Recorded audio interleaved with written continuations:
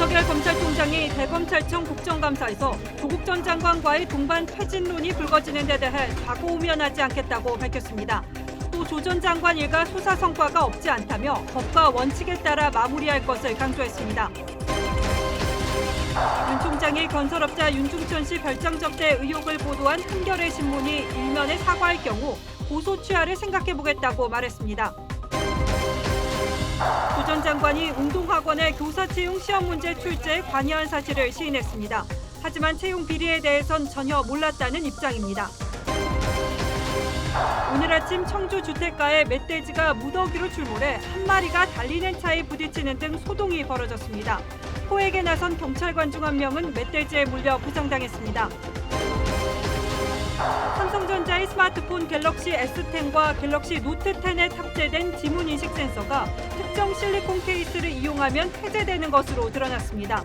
삼성전자는 문제 해결을 위해 소프트웨어를 보완하도록 조치하겠다고 밝혔습니다.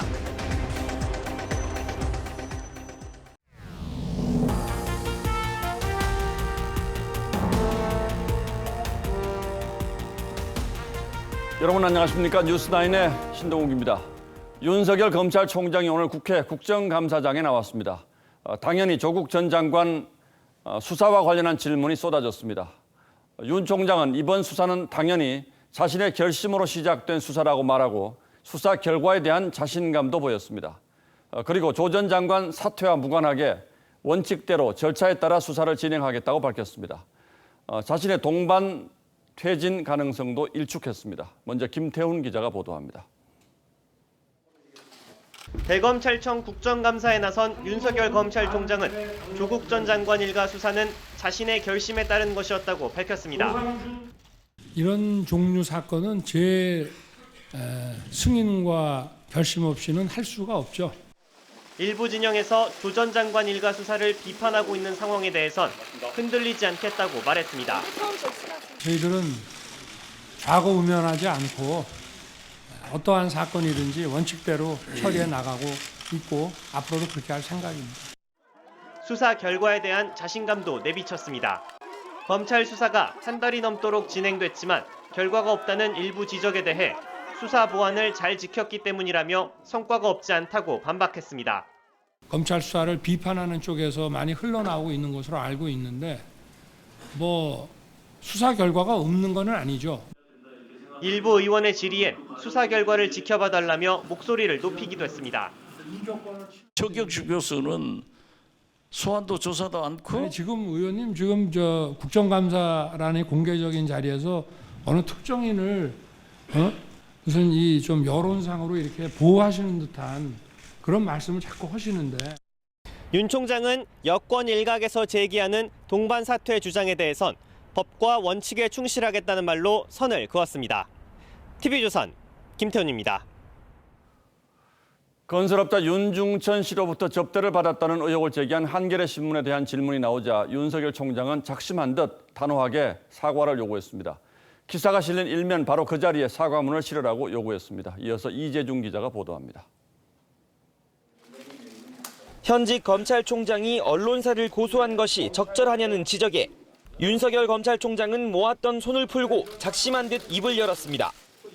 아니 사실이 밝혀지든 안 밝혀지든 저는 제 개인 문제에 대해서 고소를 해본 적도 없고. 접대 의혹을 보도한 한겨레 신문이 사과를 하지 않으면 소를 취하하지 않겠다고 했습니다. 해당 보도가 개인이 아닌 검찰 기관에 대한 문제라는 겁니다. 우리나라 대표하는 정론지입니다. 그러니까 사과를 저는 받아야 되겠습니다. 국회 선진화법 위반 사건의 수사를 지휘하는 윤 총장을 앞에 두고 피고발인 신분인 여야 의원들 간의 설전도 벌어졌습니다. 현재 검찰 수사 대상인 국회법 위반 패스트트랙 저지 관련된 그 사건에 대한 압력성 발언을 무척 자주 많이 하셨습니다. 그런 것은 없다는 말씀을 드리고 다음 질의 순서로 넘어가도록 하겠습니다. 신상 발언 원인을 제공한 자가 누군데? 윤 총장은 국회 회기 중에 여야 의원들을 강제 소환하는 건 어려운 일 아니겠냐면서도 조 전 장관 일가 의혹 수사와 선진화법 수사 모두 원칙대로 하겠다는 말로 여야 공방에 대응했습니다. TV조선 이재중입니다. 오늘 국정감사에서 윤석열 총장은 자신이 정무 감각이 없는 건 예나 지금이나 마찬가지라고 스스로를 평가했습니다. 하지만 조국 수사 전과 후 윤 총장을 대하는 여야의 태도는 180도로 바뀌었습니다. 특히 오늘은 과거 윤 총장을 사실상 영웅시하던 여당이 윤 총장을 집요하게 추궁하는 모습이 이채로웠습니다. 이유경 기자가 윤석열 총장에 대한 여야의 평가가 어떻게 달라졌는지 과거 발언들을 찾아서 비교해봤습니다. 이른바 사법농단 수사가 한창이던 지난해 10월 서울중앙지검 국정감사. 어떠한 압력이나 공격에도 굴하지 않고 지켜내 주셔야 할 의무가 있다고 생각하는데. 그리고 석 달 전 윤석열 검찰총장에 대한 인사청문회. 직무 능력과 도덕성 검증과 관련된 문제가 되는 단서가 없어요. 그냥. 하지만 오늘 국정감사에서 여당 의원들은 윤 총장에 대한 서운함을 드러냅니다. 총장님 때문에 살이 많이 빠진 것 같아요. 절반에 가까운 국민들이 검찰을 비판하고 검찰을 불신하면서 목소리를 높이고 있어요. 적폐 수사에 날을 세우며 임명을 반대했던 야당도 바뀐 건 마찬가지입니다. 윤석열 지검장을 꽂아내려서 적폐몰이를 시작합니다. 짠한 생각이 들더라고요. 총장이 얼마나 힘들까. 윤석열은 그 자리에 똑같은 모습으로 그대로 있는데 후배 검사들의 SNS 글을 대신 읽으며 울먹이기까지 합니다. 총장님, 왜 그러셨습니까? 이 말을 읽는 제가 목이 메입니다. 1년 만에 여야의 태도가 180도 바뀐 상황. 그 사이에 낀 윤 총장은 검사로서 소신이 바뀐 게 있냐는 질문에 이렇게 답했습니다. 정무 감각이 없는 거는 예나 지금이나 똑같은 거. TV조선 이유경입니다. 자, 이런 가운데 내일 조 전 장관의 부인 정경심 씨에 대한 첫 재판이 열립니다. 동양대 총장 표창장 위조 혐의에 대한 재판입니다. 검찰 취재기자 연결합니다. 자, 한송훈 기자. 네, 서울중앙지검에 나와 있습니다. 정 교수 측도 그렇고 검찰도 재판 날짜를 미뤄달라고 요청하지 않았습니까?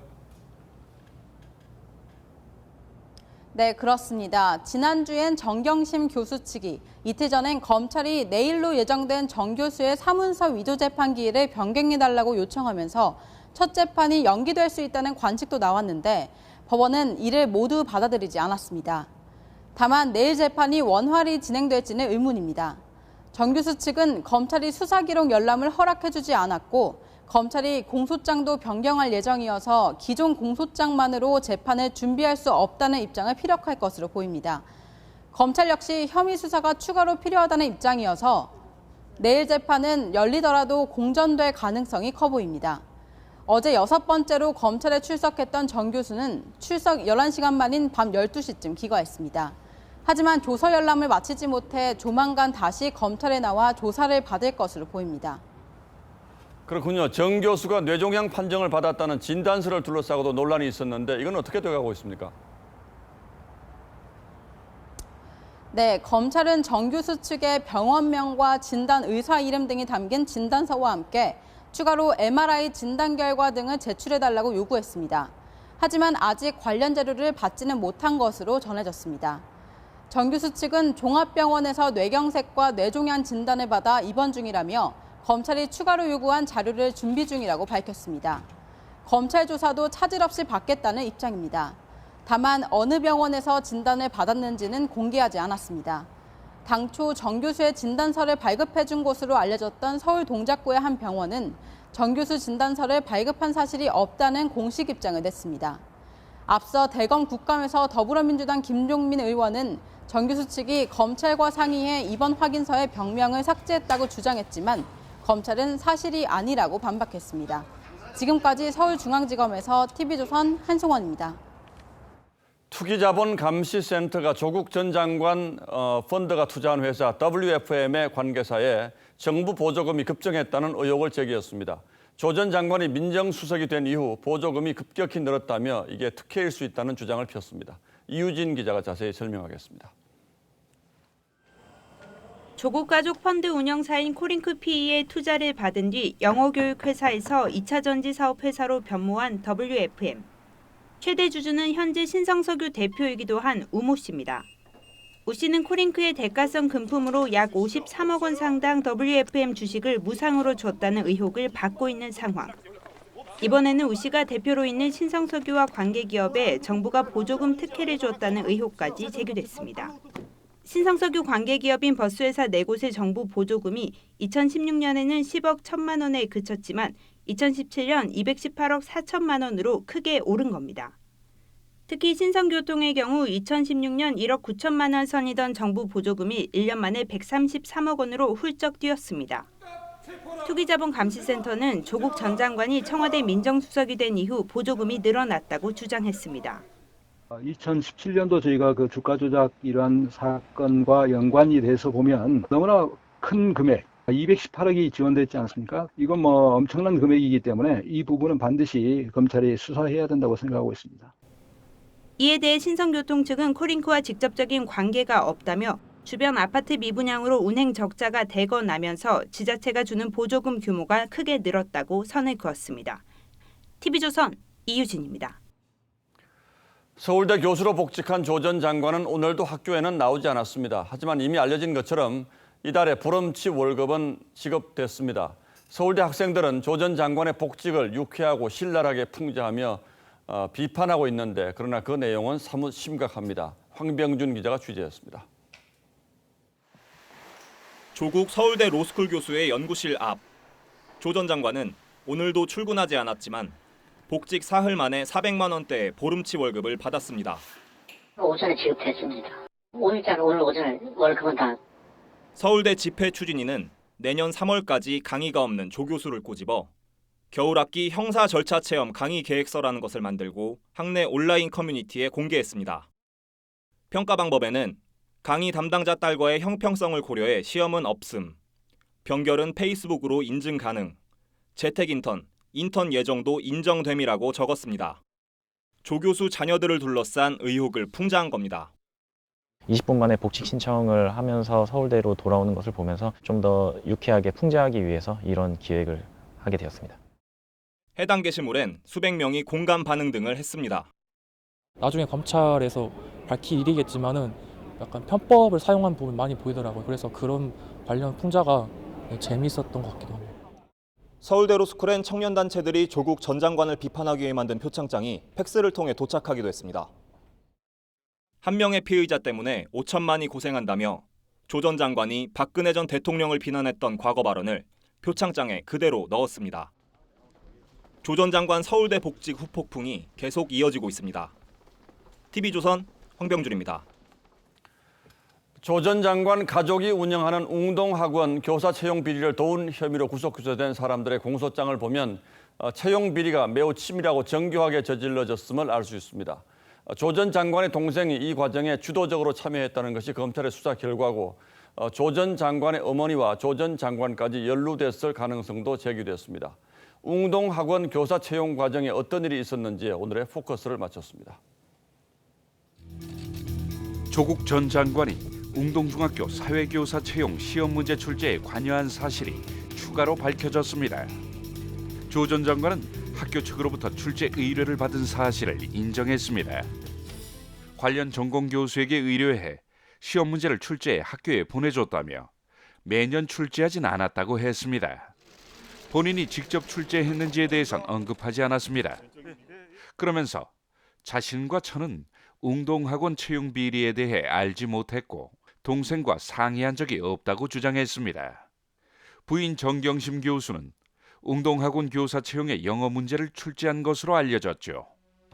검찰이 공정을 가장한 속임수라고 규정한 웅동학원 채용 비리 사건에 일가 4명이 모두 직간접적으로 연루된 상황입니다. 동생 조 씨는 2017년 시험지를 빼돌려 교사 지원자 2명으로부터 2억여 원을 챙겼죠. 조 씨가 넘겨준 시험지로 이들은 만점을 받고 채용됐고 나머지 지원자 40명은 탈락해야만 했습니다. 그런데 이 시험지가 보관된 곳은 다름 아닌 학원 이사장인 어머니 박모 씨 집. 문제 유출을 막기 위해 박 씨 집에 맡긴 것으로 알려졌지만 이들이 모자 관계란 점에서 문제 유출이 오히려 용이해진 것입니다. 검찰이 앞으로 조 전 장관을 소환 조사할 경우 출제 관련 의혹도 조사 대상이 될 수 있다는 관측이 나옵니다. 조 전 장관은 웅동학원 운영에는 철저히 선을 그었었죠. 관여를 안 했습니다. 정확히 모릅니다. 관심을 두지 않았습니다. 기자님보다 더 모를 수는 있는데요.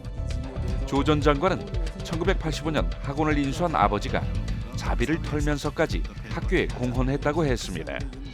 종조부 포함해서 저희 할아버지 때 저희 어르신들이 당시에 웅동 지역에서 미미하나마 독립운동하시고 그런 연이 있으셨기 때문에 저희 선친께서 인수를 했습니다. 하지만 지역민들의 피땀이 세운 학교라는 반박이 나왔었죠. 조국 후보자가 이것은 자기 조상들로부터 했다는 그런 이야기가 들었을 때 내가 진짜 듣기에 거북했어요. 따라서 학원을 개인 재산처럼 사회에 기부하겠다는 조 전 장관의 말도 믿기지 않는다는 게 김 이사의 입장입니다. 이 애들한테 이게 무슨 꼴입니까 이게? 그러니까 내가 그 상황 누면 나 솔직한 이야기가. 조 전 장관이 규명해야 할 의혹은 과연 어디까지 확대될지. 뉴스9 포커스였습니다. KBS에 대한 국정감사에서 야당 의원들은 노트북에 KBS 근조라는 딱지를 붙이고 나왔습니다. KBS가 조국 사태 보도에 지나치게 소극적이었고 특히 최근에는 유시민 노무현 재단 이사장이 KBS 기자들을 조롱하고 사실상 외압을 행사했는데도 무기력하게 대응했다고 KBS 사장을 질타했습니다. 황정민 기자가 취재했습니다. 자유한국당 의원들이 노트북 PC에 붙인 근조 KBS 유인물을 두고 실랑이가 벌어집니다. 정치적 의사표시를 하더라도 법 테두리에서 하는 게 맞다고 봅니다. 위원장님께서 판단하실 문제가 아니니까. 제가 계속 그냥 가만히 있으면 들으시면 안 돼요. 누구 보고 가만히 있으라 말라 하는 거예요? 야당은 KBS 양승동 사장이 유시민 이사장의 외압과 조롱을 방관하고 있다고 지적했습니다. KBS 위에 유시민 씨가 있는 것 같다. 이런 착각이 들 정도입니다. 이런 수모를 당하고도 KBS의 대응이 우왕좌왕하고 조국 의혹 보도에 KBS가 소극적이었다는 지적도 이어졌습니다. 단독 보도는 총 11건에 불과했고요. 반면 최순실 사건이 있었던 단독으로 30건을 보도했습니다. 조국 씨 보도는 3분의 1 수준의. 양 사장은 두 사안을 단순 비교하는 건 무리가 있다고 반박했습니다. KBS 여기자를 성희롱하는 발언이 유튜브에서 생중계돼도 회사 차원의 항의가 없었다는 지적도 나왔습니다. 성적 희롱을 당한 그 여성 기자들을 또 직원인데 보호해야 될 리더거든요. 이때까지 공식적인 그런 어떤 입장도 안 내놓으시지만 양 사장은 책임감을 느낀다고 말했습니다. 성희롱 부분에 대해서는 저희가 법리 검토까지 했고 곧 법적 조치를 진행할 예정으로 있습니다.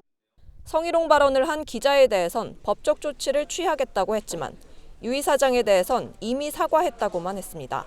TV조선 황정민입니다. 번식기를 맞은 멧돼지들의 도심 출현이 계속되고 있습니다. 오늘 아침에는 청주 주택가에 멧돼지 떼가 나타나서 상가 시설물이 부서지는 등 소동이 벌어졌는데요. 이 포획 과정에서 출동한 경찰관이 멧돼지에 물려 다치기도 했습니다. 유성현 기자입니다. 멧돼지 3마리가 아파트 단지를 가로질러 달려갑니다. 주차 차량 사이를 누비며 도심을 휘젓고 다닙니다. 상가 앞 도로로 뛰어든 멧돼지는 트럭에 부딪히고 출동한 경찰차가 다친 멧돼지를 추격합니다. 일부 상가는 멧돼지가 들이닥쳐 출입문이 부서지고 유리가 깨졌습니다. 제가 여기로 와서 보니까 이렇게 된 거예요. 떨리는 가슴은 아직까지 진정이 안 돼요. 오늘 아침 7시 40분쯤 충북 청주 시내 주택가에 멧돼지 7마리가 나타났습니다. 이 가운데 한 마리는 자동차에 치여 죽었습니다. 순찰차 7대와 경찰관 14명이 출동해 멧돼지 무리를 추격했습니다. 포획 과정에서 멧돼지 한 마리가 경찰관을 공격해 한 명이 다쳤습니다. 멧돼지가 총 한 번 맞고 반항하기 전에 공격한 거예요, 경찰관을. 그래서 이빨로 한번 물리고 경찰은 실탄 9발을 쏴 한 마리를 사살했습니다. 나머지 5마리는 주위 공원과 야산으로 달아났습니다. 방역당국은 죽은 멧돼지가 아프리카 돼지열병에 감염됐는지를 조사하고 있습니다. TV조선 유성현입니다. 부산의 한 어린이 보호구역 도로가 반쪽만 포장되고 도색되는 황당한 일이 벌어졌습니다.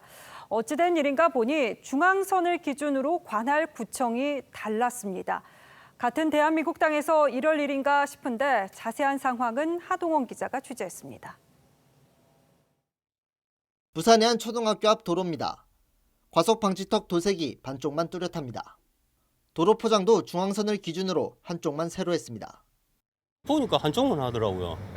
상당히 불편했죠. 그리고 보기도 싫고. 부산 진구는 최근 어린이 보호구역 도로를 새로 정비하면서 반쪽만 작업했습니다. 이 도로는 중앙선을 기준으로 지자체 두 곳이 각각 관리하고 있습니다. 한쪽은 부산 진구가, 한쪽은 사상구가 관할합니다. 주민들은 황당하다는 반응입니다. 너무한다는 생각이 들죠. 같은 대한민국 땅에서 같은 도로인데 어떤 사상구, 진구라는 경계선을 이렇게 꺼가지고. 부산 진구는 관할구역 때문에 절반만 정비한 건 아니라고 해명했습니다. 가수관거공사 하면서 주례 쪽에 위치해 있는 중앙선을 기준으로 해서 그쪽 도로는 포장된 지 얼마 안 됐기 때문에 노면 상태가 아주 양호했었고. 논란이 불거지자 부산 사상구는 어제 반쪽 남은 도로 구간에 횡단보도와 과속 방지턱을 새로 도색했습니다. 부산 진구와 사상구는 어린이 보호구역인 이 도로의 관리를 일원하는 방안을 검토하겠다고 밝혔습니다. TV조선 하동훈입니다. 삼성전자 스마트폰의 지문 인식 기능이 고작 3-4천 원에 불과한 실리콘 케이스를 이용하면 해제되는 것으로 드러났습니다. 지문으로 카드 결제는 물론 개인정보를 인증하는 시대인 걸 감안한다면 심각한 보안상 허점인 거죠. 무력화되는 모습을 오현주 기자가 직접 보여드립니다. 실리콘 케이스로 화면을 덮으니 등록되지 않은 지문에도 잠금이 해제됩니다. 심지어 다른 신체 부위로도 잠금을 풀 수 있습니다. 갤럭시 S10과 노트 10의 초음파 지문 인식 기능이 단돈 3-4천 원짜리 케이스에 무력화되는 모습입니다. 이 같은 사실이 알려지며 아무나 잠금 해제 인증 동영상이 줄을 잇습니다. 직접 해봤습니다. 제 지문이 등록되지 않은 스마트폰입니다. 케이스를 씌우지 않은 상황에서는 당연히 지문을 인식하지 못합니다. 자, 그러면 케이스를 씌워보겠습니다. 바로 잠금 해제가 됩니다. 문제는 이 같은 보안 허점이 휴대폰 분실 시 개인정보 유출은 물론 금융사고로까지 이어질 수 있다는 겁니다. 웬만한 계좌이체나 카드 결제는 지문만으로도 가능합니다. 지금은 지문인식을 갖고 여러 가지 간편 결제를 할 수가 있거든요. 생체인식 기능이 뚫린다는 얘기는 금전적인 타격도 입힐 수 있다는 겁니다.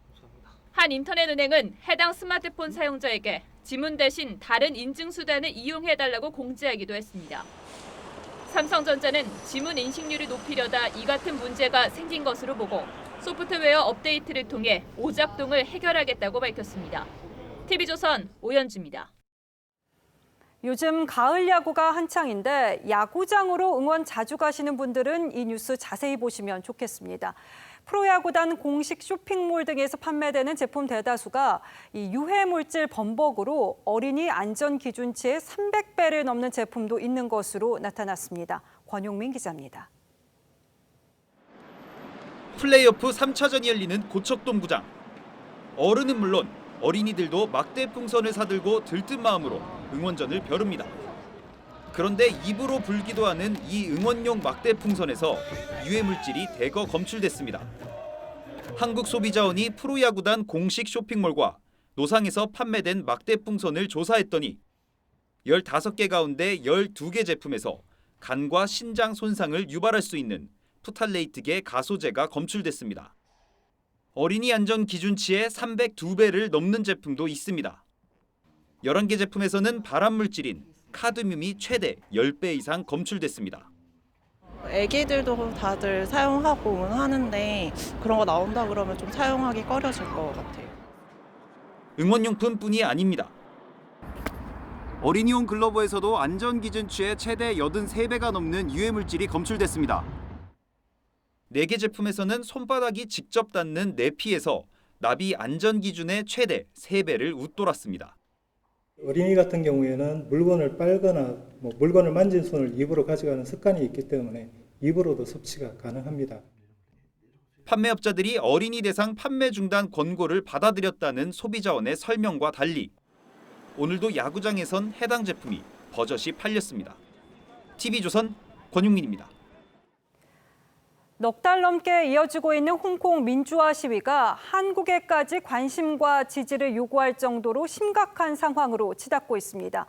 대규모 시위를 주도해온 민간단체 대표가 괴한의 쇠망치 테러를 당하는 등 시위 지도부를 겨냥한 이른바 백색 테러가 이어지고 있는 건데요. 이번 주말에도 대규모 시위가 예고됐습니다. 송무빈 기자입니다.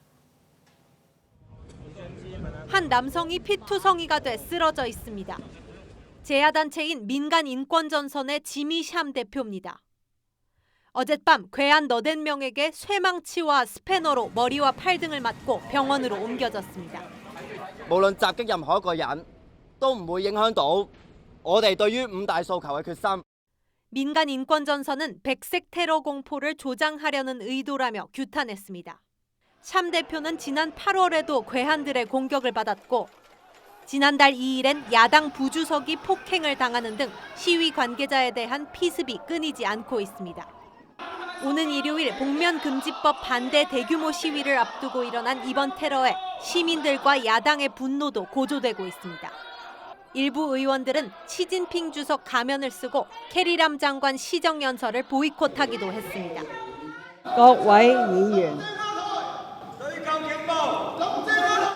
조슈아 웡 등 홍콩 민주화 인사들은 홍콩은 39년 전 광주라며 한국을 비롯해 전 세계에 지지를 호소하고 나섰습니다. 그러나 홍콩 정부는 미 하원의 홍콩 인권법안 만장일치 통과에 반발하며 시위대의 강경 대응을 예고해 사태 장기화 우려가 깊어지고 있습니다. TV조선 송무빈입니다. 예, 다음 뉴스입니다. 홍남기 경제부총리가 지금 해외 출장 중인데 문재인 대통령이 경제장관회의를 소집했습니다. 대통령이 직접 경제장관회의를 주재하는 건 작년 12월 이후 처음이라고 합니다. 경제 상황을 그만큼 엄중하게 보고 있다는 뜻이기도 한데 어떤 대책들이 나왔는지 최지원 기자가 취재했습니다. 문재인 대통령은 정부 서울청사에서 주재한 취임 이후 두 번째 경제장관 회의에서도 우리 경제의 위기가 국가 경제 상황에 따른 것이라고 말했습니다. 우리나라처럼 제조업 기반의 대외 의존도가 높은 나라일수록 이 같은 흐름에 영향을 더 크게 받을 수밖에 없습니다. 그러면서 재정 확장을 통한 건설과 생활 SOC 투자 확대를 해법으로 제시했습니다. 필요한 건설 투자는 확대해 나가야 합니다. 서민 주거 문제 해결을 위한 주택 공급을 최대한 앞당기고 성장률 악화를 만회하기 위해 세금으로 경기를 부양하겠다는 의지를 밝힌 겁니다. 생활 SOC라고는 했지만 과거 야당 시절 정부의 토목 사업을 강하게 비판해온 것과는 배치됩니다. 문 대통령은 대선 때 SOC 투자 비중을 줄이겠다고 공약했고 문재인 정부는 임기 5년 동안 연평균 7.5%씩 SOC 예산을 줄이겠다는 계획을 발표하기도 했습니다. 문 대통령은 집행 시기를 앞당기라고 지시했는데 총선을 의식했다는 평가도 나옵니다. 다만 청와대는 진행 중인 것들을 더 빨리 실행되도록 하라는 얘기일 뿐이라고 설명했습니다. TV조선 최지원입니다. 문재인 대통령은 그동안 한국 경제를 걱정하는 목소리가 나올 때마다 경제는 잘 가고 있다고 말해왔습니다. 그런데 오늘 왜 갑자기 이런 회의를 주재했는지, 내놓은 대책들이 실효성은 있는 것들인지 지금부터 하나하나 따져보겠습니다. 자, 강동 기자. 예. 대통령이 주재하는 경제장관회의 모처럼 보는 것 같죠? 예, 그렇습니다. 이번 정권 들어서 두 번째입니다. 첫 번째는요, 지난해 12월이었습니다. 이 당시에는 최저임금 급등으로 인해서 이 경제 상황이 좋지 않았습니다. 대통령이 취임 후에 처음으로 확대 경제장관회의를 주재했었습니다. 자, 올 들어서 대통령은 우리 경제가 아무 문제 없다, 잘 가고 있다 이렇게 줄곧 말해오지 않았습니까? 생각이 좀 바뀌었을까요? 상황이 안 좋기는요, 지난해와 좀 별반 다르지가 않습니다. 이 고용이 늘었다지만 이 질보다는요, 이 양적 증가만 나타나는 모습을 보이고 있고, 예. 이 소비자 물가는 이 통계 작성 이래 사상 처음 마이너스를 기록했습니다. 자, 특히 세계 10대 수출 대국 가운데 우리나라의 수출 감소율이 크게 나타나기도 했습니다. IMF 역시 이 한국의 경제 전망을 6개월 전에 비해서 대폭 하향 조정하기는 보고서도 내기도 했습니다. 예, 뭐 이런 수치들이 아무래도 영향을 미치지 않았을까 이런 생각을 하게 되는데 어쨌든 대통령이 직접 경제를 챙기는 모습을 보이는 건 뭐 나쁘다고 할 수 없는 거죠. 예, 물론입니다. 반가운 일입니다. 다만 전문가들은 아니란 시각이 존재하고 있다 이렇게 이야기를 하고 있습니다. 자, 지난해 최저임금 인상 여파로 이 관련 업종 취업자 감소랑 이 소비가 위축이 됐을 때에도 대통령은 여러 경제 지표에서 좋은 성과를 내고 있다 이렇게 이야기를 했었습니다. 올해 역시 고용 개선의 흐름이 뚜렷하다는 진단을 내놨습니다. 자, 경제 지표를 유리하게 해석한다는 지적이 나오고 있습니다. 들어보시죠. 정부의 재정으로 인한 일자리 그리고 이제 60대 이상 일자리 돈으로 만들어진 불안정한 일자리이기 때문에 이 고용의 질이 좋아졌다고 얘기하기는 좀 어렵습니다. 오늘 회의에서는 주로 SOC 투자가 해법으로 많이 나온 것 같은데 이건 어떻게 평가할 수 있을까요? 지난해에도요, 이 대책으로 나온 것 중 하나가 바로 SOC 투자였습니다. 이 빠른 경기 부양 효과를 볼 수 있는 SOC 투자의 유혹은요, 그 어느 정권도 이기기가 힘들겠죠. 들어보시죠. 경제 성장률이 떨어지기 때문에 단기적으로 효과가 가장 큰 게 그 SOC 투자거든요. 그럼 지난해 SOC 투자로 경기 부양 효과가 있긴 했습니까? 지난해 확대 경제장관 회의 이후에 올해 예산안에서 SOC 투자는 8.7조 원으로 확대가 됐습니다. 반짝 효과는 있었을지 모르지만 앞서 말씀드린 대로 현재 경기 지표는 좋지가 않습니다. 예, 최근 들어서 대통령이 뭐 기업도 많이 방문하고 또 이런 회의도 주재하면서 경제를 직접 챙기겠다는 의지를 보이는 것, 이건 뭐 물론 반길입니다만 근본적으로 경제 인식이 바뀌어야 한다는 지적은 여전히 많습니다. 그렇습니다. 예, 강동원 기자 잘 들었습니다.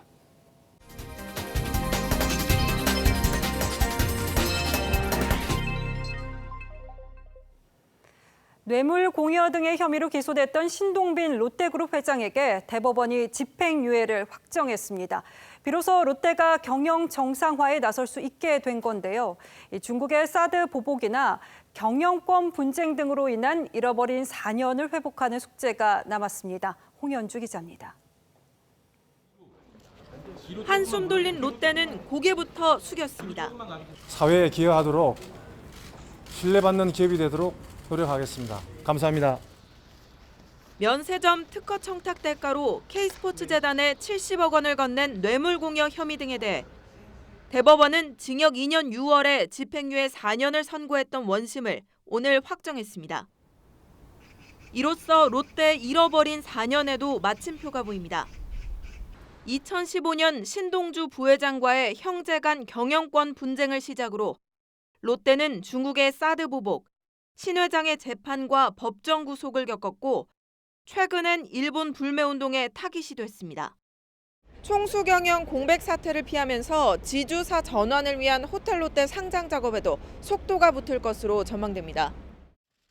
지배구조 개편과 함께 신 회장이 밝힌 50조 원 투자, 7만 명 고용 계획도 궤도에 오를 전망입니다. This project is a milestone not only for Lotte but also for the entire Korean chemical industry.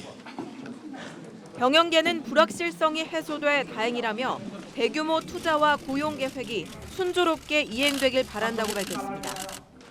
TV조선 홍현주입니다. 우리나라 화력발전소엔 미세먼지 저감 장치가 설치돼 있습니다. 그런데 절반 이상이 제 역할을 하지 못하는 엉터리인 것으로 드러났습니다. 160억 원이 넘는 제품 비용을 허공에 날린 셈인데 게다가 산업통상자원부는 계속된 문제 지적에도 아무런 조치도 취하지 않았습니다. 정준영 기자의 단독 보도입니다. 국내 화력발전소엔 암모니아를 주입해 미세먼지 원인 물질인 질소산화물을 줄여주는 장치가 설치돼 있습니다.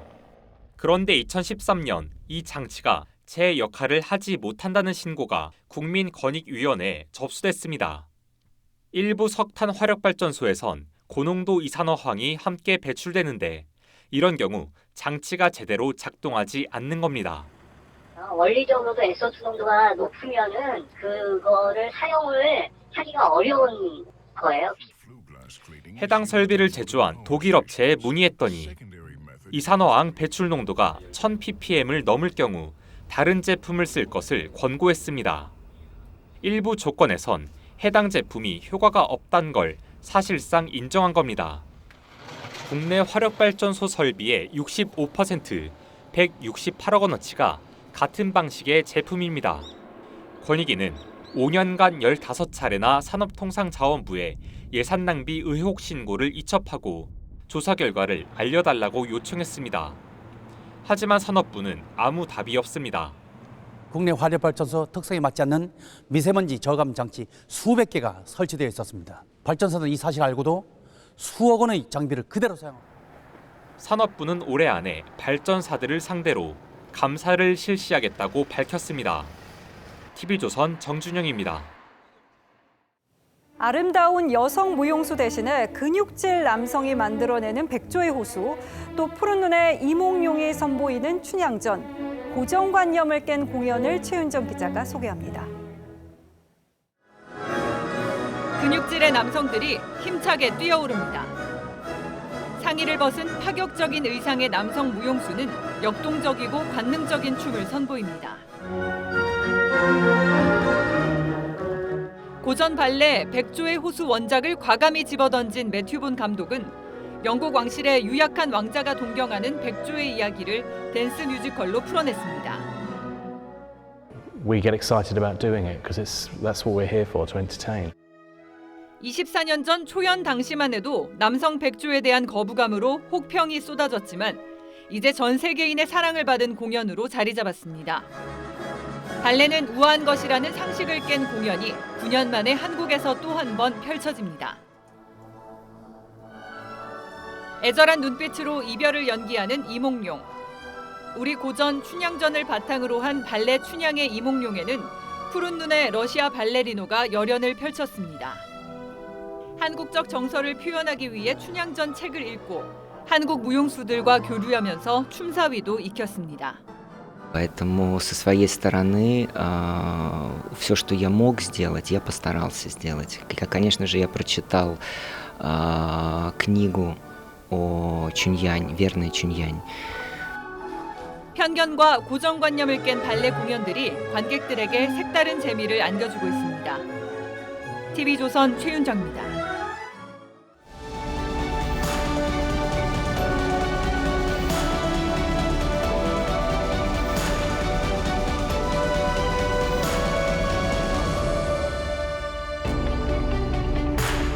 섬진강 시인 김용택이 7살이던 시절 마을에 3살 위 정림이가 이사 왔습니다. 소녀는 발가락을 다친 그를 업어서 개울을 건네주곤 했습니다. 발가락이 다 아물어 어머니가 더는 된장을 발라주지 않았지만 그는 계속 아픈 척했습니다. 소녀가 마냥 좋았던 겁니다. 몇 년 전 어느 사학 설립자가 영장 심사를 받으러 법원에 출석했습니다. 링거를 꽂고 침대에 누운 그야말로 중환자 행색이었습니다. 그런데 그랬던 그가 영장이 발부되자 버젓이 2발로 걸어 나왔습니다. 그래서 아플 때는 구속영장이 특효약이라는 우스개가 나돌았고 휠체어 타고 출석하는 기업 회장들을 가리켜 체어맨이 아니라 휠체어맨이라는 비아냥도 나왔습니다. 그런데 요즘 시중에선 조국 씨 동생이 화제입니다. 영장실질심사를 앞두고 갑자기 넘어져 허리 수술을 받아야 한다고 했습니다. 그러자 검찰은 의사 출신의 검사를 부산에까지 내려보내 그를 강제 구인했습니다. 그의 병이 진짜인지를 확인하기 위해서 그가 넘어졌다던 상가의 CCTV를 샅샅이 확인하는 수고로움도 있었습니다. 저희가 입수한 화면에서도 허리를 다쳤다던 바로 그날 아픈 사람의 모습은 이렇게 잘 느껴지지가 않습니다. 검찰은 수술이 필요 없다는 의사 소견서와 그가 병원 안을 활보하는 영상까지 제출했습니다만 판사는 어쩐 일인지 영장을 기각했습니다. 그리고 그 사유의 하나로 건강 상태를 들었습니다. 구치소에서 풀려날 때 그의 모습 다시 한번 보시겠습니다. 운동학원 공사비 소속 아픈 사람이에요. 아픈 사람이에요. 이런 그에 비하면 휠체어라도 타고 들어오는 재벌 회장들이 순진하게 느껴질 정도입니다. 그 엿새 뒤 조국 씨의 부인 정경심 씨가 뇌종양 진단을 받았다는 서류를 검찰에 제출했습니다. 그런데 발급 병원이 정형외과였다는 사실만 있었을 뿐 누구의 책임하에 발급됐는지 전혀 확인할 수 없는 그런 서류였습니다. 더구나 이 서류는 질병 진단서가 아니라 단순한 입원 증명서였습니다. 사람이 아프다는데 이렇게까지 하는 제 마음도 편치 않습니다. 그래서 검찰 수사를 받는 한 가족에게서 이런 비상식적인 일이 연이어 일어나는 게 그저 우연이기를 바랄 뿐입니다. 마지막으로 정경심 교수가 자신의 SNS에 올린 박노해 시인의 시 마지막 대목 인용하겠습니다. 담대하라. 어떤 경우에도 인간의 위험을 잃지 마라. 10월 17일 앵커의 시선은 우연한 변명이었습니다. 내일은 곳곳에 가을비 소식이 있습니다. 제주와 경상 해안 지역만 제외하면 양이 많지는 않겠는데요. 내일 작은 우산 하나 챙겨 나가시면 좋겠고요. 동해안 지역은 모레까지 비가 이어지겠습니다. 수도권 지역은 우산까지는 필요 없겠지만요. 아침 저녁으로 겉옷을 꼭 챙기셔야겠습니다. 해가 지면 기온이 크게 떨어져 금세 쌀쌀해지는데요. 감기 걸리지 않도록 조심하셔야겠습니다. 내일 아침 기온은 서울과 대구가 13도, 강릉 14도에서 출발하겠고요. 한낮에는 서울이 23도까지 오르겠습니다. 비가 오는 지역은 기온이 좀 더 낮은데요. 강릉 20도, 대구와 여수는 19도를 가리키겠습니다. 동해상과 남해상에서는 바람이 강하게 불면서 파고가 4m까지 높아지겠습니다. 주말에는 다시 맑은 하늘이 드러나겠고요. 활동하기 무난할 것으로 전망됩니다. 날씨였습니다. 목요일 뉴스9은 여기서 모두 마치겠습니다. 네, 시청해주신 여러분 고맙습니다.